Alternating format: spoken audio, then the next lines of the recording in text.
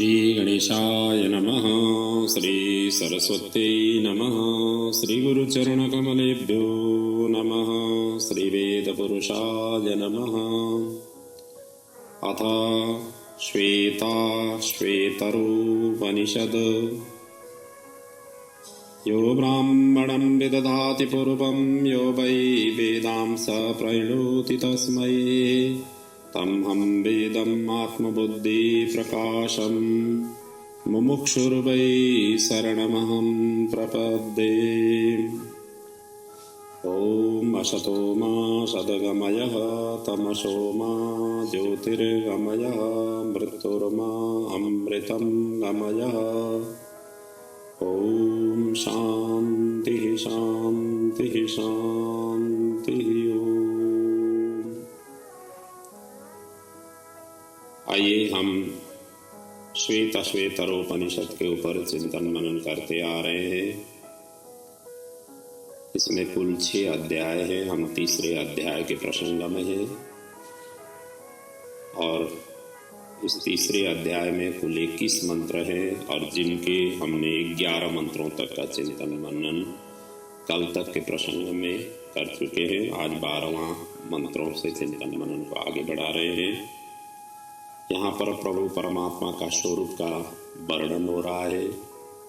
वो किस प्रकार से समस्त चराचर में विराजित है और उसको कैसे हम सहज ढंग से अनुभव और प्राप्ति कर सकते हैं। इसका चिंतन मनन मंथन ये विभिन्न मंत्रों के द्वारा होता आ रहा है और उसी की प्रसंग को निरंतरता देते हुए आगे के मंत्रों में भी इन्हीं भावों का यहाँ पर अभिव्यक्त किया हुआ है। आइए अब मंत्र के ही भावों को हम चिंतन मनन करते हुए आगे बढ़े। महान प्रभुर्वै पुरुषः सत्त्वस्यैव प्रवर्तकः सुनिर्मलामिमां प्राप्ति ईशानो ज्योतिरव्ययः। वै एषः महान् प्रभु ईशानः अव्ययः ज्योतिः पुरुषः इमां सुनिर्मलां प्राप्तिः सर्वसत्त्वस्य प्रवर्तकः। अर्थात निश्चयी यह महान समर्थ सब पर शासन करने वाला अविनाशी प्रकाश रूप परम पुरुष पुरुषोत्तम अपनी प्राप्ति रूप इस अत्यंत निर्मल लाभ की ओर अंतःकरण को प्रेरित करने वाला है। कहने का मतलब निश्चय ही ये सब पर शासन करने वाले महान प्रभु अविनाशी प्रकाश रूप परम पुरुष पुरुषोत्तम पहले बताए हुए इस परम निर्मल लाभ के प्रति अर्थात अपने आनंदमय विशुद्ध स्वरूप की प्राप्ति की ओर मनुष्य के अंतःकरण को प्रेरित करते हैं। हर एक मनुष्य को ये अपनी ओर आकर्षित करते हैं, तथापि वह मूर्ख जीव सब प्रकार का सुयोग्य पाकर भी उनकी प्रेरणा के अनुसार उनकी प्राप्ति के लिए तत्परता से चेष्टा नहीं करता। इसी कारण वो जन्म मृत्यु के चक्रों में बारंबार भटकता ही रहता है, मारा फिरता रहता है। ये भाव इस मंत्र का था। और वो प्रभु परमात्मा अपने शरीर में कहाँ पर और कितने कैसे विराजित हैं इसका वर्णन अगले मंत्र में किया हुआ है। अंगुष्ठ मात्र पुरुषोऽन्तरात्मा सदा जनानां हृदये सन्निविष्ट हृदामन्विषो मनसाभिक्लेप्त्रो य एतद्विदुरहामृतास्ते भवन्ति। अंगुष्ठ मात्र अंतरात्मा पुरुषः सदा जनानां हृदये सन्निविष्ट मन्वीष हृदः मनसा अभिक्लिप्तः ये एतत् विदुः ते अमृतः भवन्ति। अर्थात वो अंगुष्ठ मात्र परिणाम वाला प्रभु परमात्मा का जो स्वरूप है जो हृदय में विराजित है वो अंगुष्ठ मात्र का प्रमाण बताया गया है। उसका वो अंतर्यामी परम पुरुष पुरुषोत्तम सदा ही मनुष्य के हृदय में सम्यक प्रकार से स्थित है मन का वो स्वामी है। निर्मल हृदय और विशुद्ध मन से ध्यान में लाने से वो प्रत्यक्ष होता है। जो इस परब्रह्म परमेश्वर को प्रत्यक्ष कर लेता है, जान लेते हैं, वो सदा सदा के लिए अमर हो जाते हैं। कहने का मतलब ये परमात्मा का स्वरूप हर जीवात्मा के अंदर अंगुष्ठ मात्र परिणाम वाले के रूप में अवस्थित है और वही परमेश्वर सदा ही मनुष्य के हृदय में सम्यक प्रकार से स्थित है और मन के स्वामी है। मन का भी वो स्वामी है और निर्मल हृदय और विशुद्ध मन के द्वारा यदि हम चिंतन करेंगे, ध्यान में करेंगे तो प्रत्यक्ष भी होते हैं। जो साधक इन परब्रह्म परमेश्वर को जान लेते हैं वो अमर हो जाते हैं, अर्थात सदा सदा के लिए जन्म मरण से छूट जाते हैं, अमृत स्वरूप बन जाते हैं। और यहाँ यही है कि अंगुष्ठ मात्र परिणाम वाला परमात्मा का स्वरूप ये बताया गया है कि मनुष्य का हृदय अंगुष्ठ के नाप का होता है और वही परमात्मा की उपलब्धि का स्थान है। और इस बात को गीता ने ब्रह्म सूत्र में भी स्पष्ट रूप से वर्णन किया हुआ है। अगले सूत्र में उस परमात्मा किस तरीके से व्यापक होकर के विराजित रहते हैं इसका वर्णन किया हुआ है। सहस्र शीर्षा पुरुषः सहस्राक्ष सहस्रपाश भूमि विश्वतो वृत्वा त्यतेष्ट दशांगुलम। वो परम पुरुष सहस्र शीर्षः सहस्राक्ष सहस्रपात सभूमिं विश्वतः वृत्वा दशांगुलम अतिष्ठत। अर्थात वो पुरुष हजारों शीर वाला, हजारों आँख वाला, हजारों पैर वाला है। वह समस्त जगत को सब ओर से घेर करके नाभि से 10 अंगुल ऊपर हृदय में अवस्थित है। कहने का मतलब वो परम पुरुष परमेश्वर हर कोई जीवात्मा के अंतर्गत हजारों शीर, हजारों आंखें और हजारों पैर उसका तो है, अर्थात वो सब अवयव से रहित होने पर भी उनके सिर, आंख और पैर आदि सभी अंग अनंत और असंख्य है।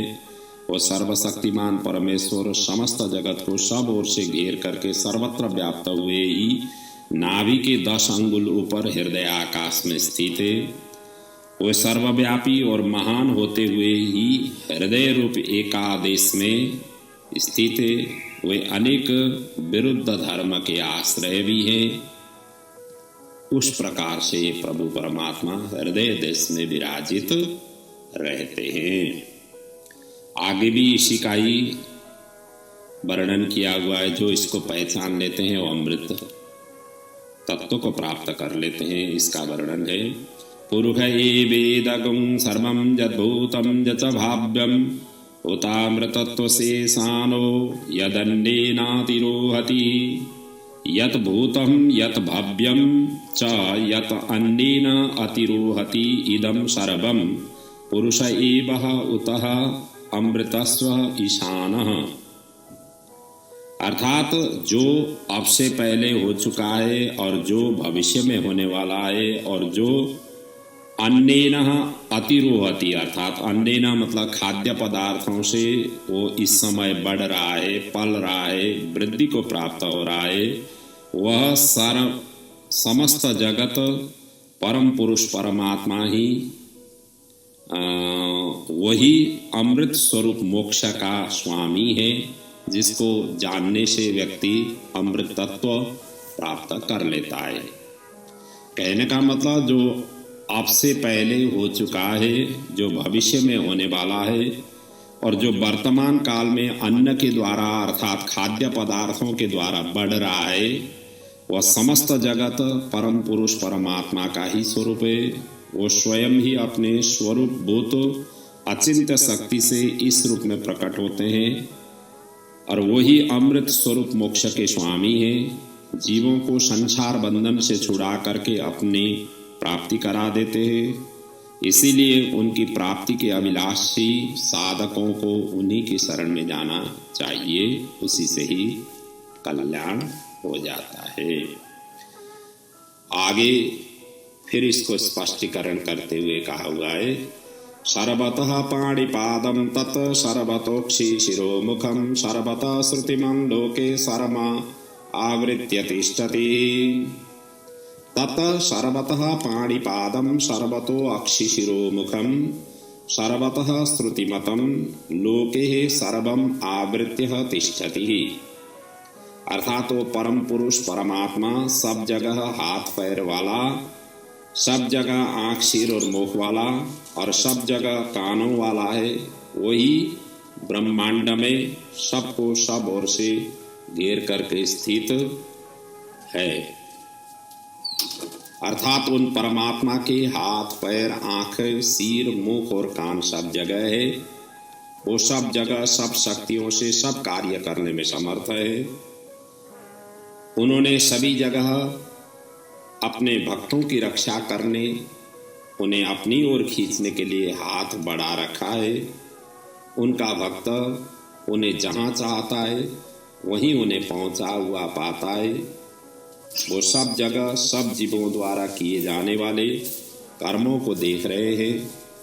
उनका भक्त जहाँ उन्हें प्रणाम करता है, सर्वत्र व्याप्त होने के कारण उनके चरण और शीर आदि अंग वही मौजूद रहते हैं। अपने भक्त की प्रार्थना सुनने के लिए उनके कान सर्वत्र है।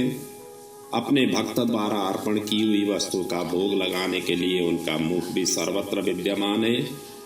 वो परमेश्वर इस ब्रह्मांड में सबको सब ओर से घेर करके स्थित है और इस बात पर विश्वास करके मनुष्य को उनकी सेवा में लग जाना चाहिए।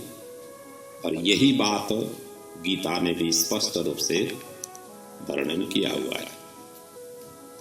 और अगले सूत्र में कहा हुआ है, सर्वेन्द्रिय गुणाभासं सर्वेन्द्रिय विवर्जितं सर्वस्य प्रभुमीशानं सर्वस्य शरणं बृहत्। सर्वेन्द्रिय विवर्जितं सर्वेन्द्रिय गुणाभासं सर्वस्य प्रभुं सर्वस्य ईशानं बृहत् शरणं प्रपद्येत। अर्थात जो परम पुरुष परमात्मा समस्त इंद्रियों से रहित होने पर भी समस्त इंद्रियों के विषयों को जानने वाला है, सबका स्वामी, सबका शासक, सबसे बड़ा आश्रयदाता है और उसी की शरण में जाना चाहिए। अर्थात जो सर्वशक्तिमान परम पुरुष परमात्मा समस्त इंद्रियों से रहित, देहेंद्रियादि भेद से भी शून्य होने पर भी समस्त इंद्रियों के विषयों को जानता है, जानते हैं, सबके स्वामी, परम समर्थ, सबका शासन करने वाले और जीव के लिए सबसे बड़े आश्रय स्वरूप है। मनुष्य को सर्वतोभाव से उन्हीं की शरण ग्रहण करना चाहिए। यही मनुष्य शरीर का अच्छे से अच्छा उपयोग है।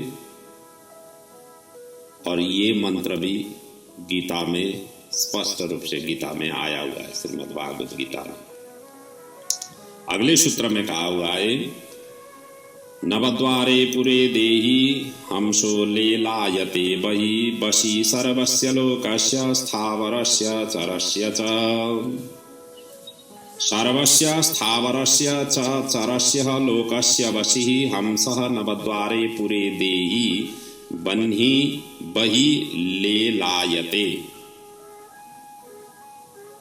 अर्थात संपूर्ण स्थावर और जंगम जगत को बस में रखने वाला वह प्रकाशमय परमेश्वर नवद्वार वाले शरीर रूपी नगर में अंतर्यामी रूप से हृदय में स्थित देइए तथा वही बाह्य जगत में भी लीला कर रहा है।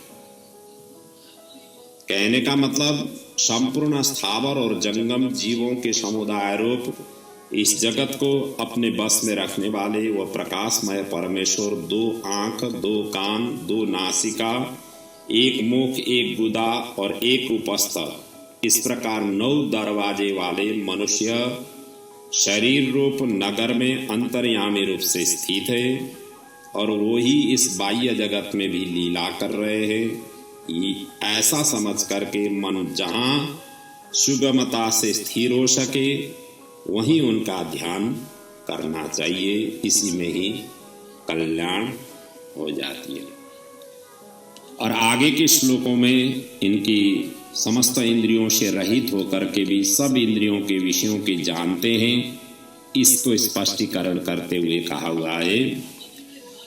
अपाणिपादो जबनो गृहीता पश्यत्य चक्षुष शृणोत्य कर्णः स वेत्ति वेद्यं न तस्यास्ति वेत्ता तमाहु अग्र्यं पुरुषं महान्तम्। सः अपाणिपादः गृहीतः जबनः अचक्षुः पश्यति अकर्णः शृणोति स वेद्यं वेत्ति च तस्य वेत्तः न अस्ति तं महान्तं अग्र्यं पुरुषं आहु। वह परमात्मा हाथ पैरों से रहित होकर के भी समस्त वस्तुओं को ग्रहण करने पर वेग पूर्वक सर्वत्र गमन करने वाला है। आँखों के बिना ही वह सब कुछ देख लेता है, कानों के बिना ही सब कुछ सुन लेता है, और जो कुछ भी जानने में आने वाले वस्तु हैं उन सब को जानता है, और उसको जानने वाला कोई नहीं है। ज्ञानी पुरुष ही उसे महान आदि पुरुष के रूप में उनको स्वीकारते हैं, मानते हैं और उपासना और आराधना उस तरीके से करते हैं। तो कहने का मतलब यही है कि जिनका हम प्रकरण ये चल रहा है परम पुरुष परमात्मा का स्वरूप, वो परब्रह्मा परमात्मा हाथों से रहित होने पर भी सब जगह समस्त वस्तुओं को ग्रहण कर लेते हैं। पैरों से रहित होकर के भी बड़े वेगों से इच्छानुसार सर्वत्र गमनागमन करते हैं। आँखों से रहित होने पर भी सब जगह सब कुछ देखते हैं। कानों से रहित होकर के भी सब जगह सब कुछ वो सुनते हैं। वो समस्त जानने योग्य और जानने में आने वाले जड़ चेतन पदार्थों को भली भांति जानते हैं, परंतु उनको जानने वाला कोई नहीं है। जो सबको जानने वाला है उन्हें भला कौन जान सकता है। उनको उनके विषय में ज्ञानी महापुरुष कहते हैं कि वो सबके आदि पुरातन महान पुरुष है। और उसी की ही अगले सूत्रों में भी उसी का ही और स्पष्टीकरण करते हुए कहा हुआ है कि वो किस तरीके से व्यापक रूप से विराजित है। इसके विषय में आगे के मंत्रों में इस प्रकार से वर्णन है। उनका स्वरूप कैसा है। अणोरणीयान् महतो महीयान् आत्मा गुहायां निहतोऽस्य जन्तो तमः क्रतुं पश्यति वीतशोको धातु प्रसादान् महिमानमीशम्। अणो अणीयान् महतः महीयान् आत्मः अस्यः जन्तुः गुहायां निहतः धातुः प्रसादात् तमः अक्रतुम् ईशं महिमानं पश्यति वीतशोकः भवति। कहने का मतलब वो सूक्ष्म से भी अति सूक्ष्म और बड़े से भी बहुत बड़ा वो परमात्मा इस जीव की हृदय रूप गुफा में छिपा हुआ है। सबकी रचना करने वाले परमेश्वर की कृपा से जो मनुष्य उस संकल्प रहित परमेश्वर को उसकी महिमा को देख लेता है, सब प्रकार से दुखों से रहित वो हो जाता है। अर्थात सर्वव्यापक प्रभु को चिंतन करते हुए जो जिस तरीके से उपासना करते हैं वो सभी प्रकार की सब कुछ वो पा लेते हैं। तो इसी का ही ये भाव इस मंत्र में है। तो कहने का मतलब यही है कि वो सूक्ष्म से भी अत्यंत सूक्ष्म और बड़े से भी बहुत बड़े परब्रह्म परमात्मा इस जीव की हृदय रूप गुफा में छिपे हुए हैं। सबकी रचना करने वाले उन परमेश्वर की कृपा से ही मनुष्य उन स्वार्थ के संकल्प से सर्वथा रहित अकारण कृपा करने वाले परम सुहृद परमेश्वर को और उनकी महिमा को जान सकता है। जब उन परम दयालु परम सुहृद परमेश्वर का वह साक्षात कर लेते हैं, तब सदा के लिए सब प्रकार से दुखों से रहित होकर उन परम आनंद स्वरूप परमेश्वर को प्राप्त कर लेता है। अर्थात प्रभु का स्वरूप जहाँ जैसे जिस तरीके से भी हम उपासना आराधना करें उसी रूप में वो अवस्थित हैं। छोटे में से भी छोटे जितने भी जीव जंतु हैं, वो छोटे में छोटे जीव जंतु के अंदर में भी वो सूक्ष्म रूप से वहाँ पर विराजित है, और बड़े से बड़े जीव जंतुओं के अंदर भी वो उसी रूप से वहाँ पर स्थित है। अर्थात प्रभु सर्वव्यापक है, परमेश्वर का स्वरूप सर्वव्यापकता है। वो अणु रणीयान महतो महीयान जिस प्रकार से अन्य ग्रंथों में भी इसका उल्लेख किया हुआ है, प्रभु का स्वरूप अति सूक्ष्म से सूक्ष्म अति बृहत्तर से बृहत्तर स्वरूप में वो विराजित है। उसी का ही भाव इस उपनिषद ने भी श्लोक के माध्यम से हमें ज्ञान दिया हुआ है। अब ये अंतिम श्लोक है इस तीसरे अध्याय का। वेदाहमेतत् अजरं पुराणं सर्वात्मनं सर्वगतं विभूत्वात् जन्म निरोधं प्रवदन्ति यस्य ब्रह्मवादिनो हि प्रवदन्ति नित्यम्। ब्रह्मवादिनः यस्य जन्म निरोधं प्रवदन्ति हि यं नित्यं प्रवदन्ति हि एतं विभूत्वात् सर्वगतं सर्वात्मनं अजरं पुराणम अहम वेदः। वेद के अर्थात यहाँ कहा हुआ है, वेद के रहस्य का वर्णन करने वाले महापुरुष जिसके जन्म का अभाव बतलाते हैं, जिसको नित्य बतलाते हैं, इस व्यापक होने के कारण सर्वत्र विद्यमान सबके आत्मा जरा मृत्यु आदि विकारों से रहित पुराण पुरुष परमेश्वर को मैं जानता हूँ।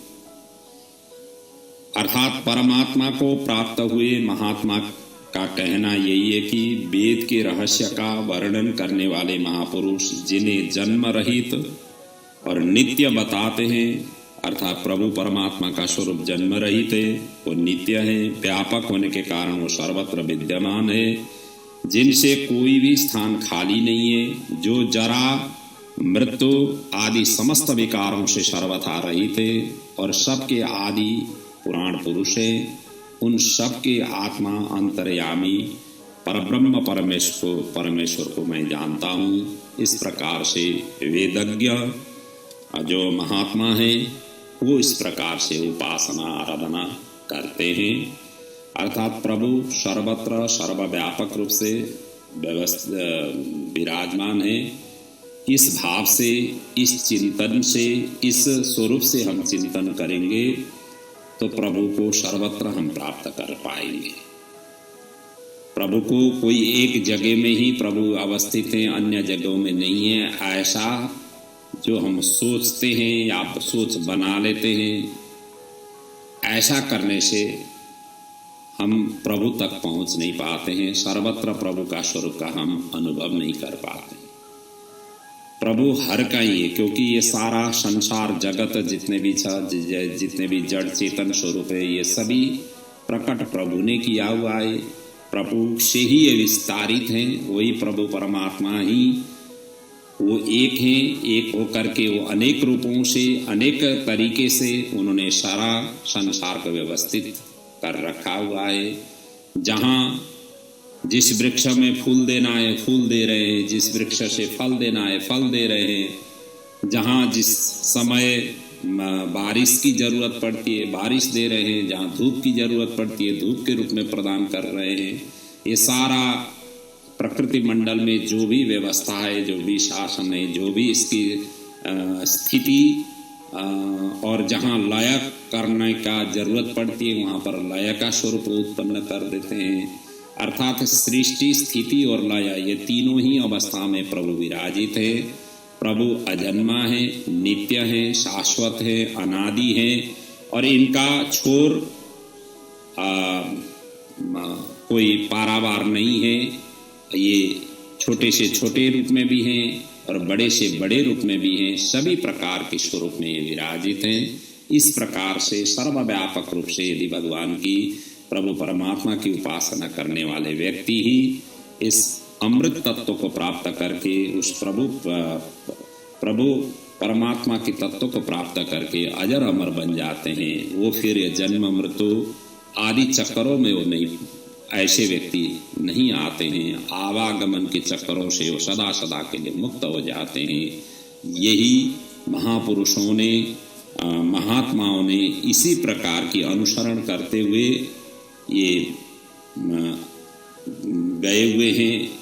तो मतलब महाजनो ये न गता सपंथा, जो महाजन जिस रास्ते से गए हुए हैं, जो बड़े बड़े महात्मा, जो सिद्ध महापुरुष बने हुए हैं, जो प्रभु परमात्मा के उच्चतम कोटि की जिन्होंने आराधना उपासना करके अपना स्थान बनाया हुआ है, उन सभी का स्वरूप भी इसी तरीके से ही प्रभु की चिंतन आराधना करते हुए उस प्रभु परमात्मा को उन्होंने प्राप्त किया हुआ है।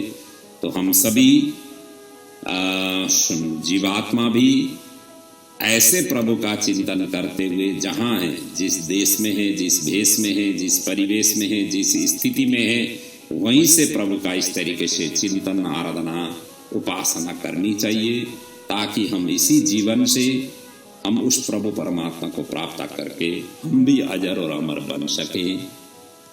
यही ज्ञान ये तीसरे अध्याय का रहा है। तो आज का प्रसंग इन्हीं प्रसंगों के साथ साथ, और तीसरा अध्याय भी ये पूर्ण हुआ है, तो इसी के साथ साथ हम यहाँ पर पूर्ण कर रहे हैं। और ये उपनिषद की ये जितने भी अमर वाणी हैं, इन सभी को अपने जीवन में उतारते हुए जीवन को सुमंगल बनाने के लिए प्रभु परमात्मा हम सभी को उस तरीके की ओर खींचें, अर्थात उस तरीके की सुगमता हमें प्रदान करें। यही प्रभु के चरणों में बंदन प्रार्थना सहित ओम पूर्णमदः पूर्णमिदं पूर्णात् पूर्णमुदच्यते पूर्णस्य पूर्णमादाय पूर्णमेवावशिष्यते। ओम शांति शांति शांति। ओम। बाकी रहे चतुर्थ, पंचम और षष्ठम अध्याय की जो मंत्र चिंतन है, आगे के पड़ाव में क्रमशः करते जाएंगे। तो आज यहीं पर मैं विराम ले रहा हूँ। ओम शांति शांति शांति। ओम।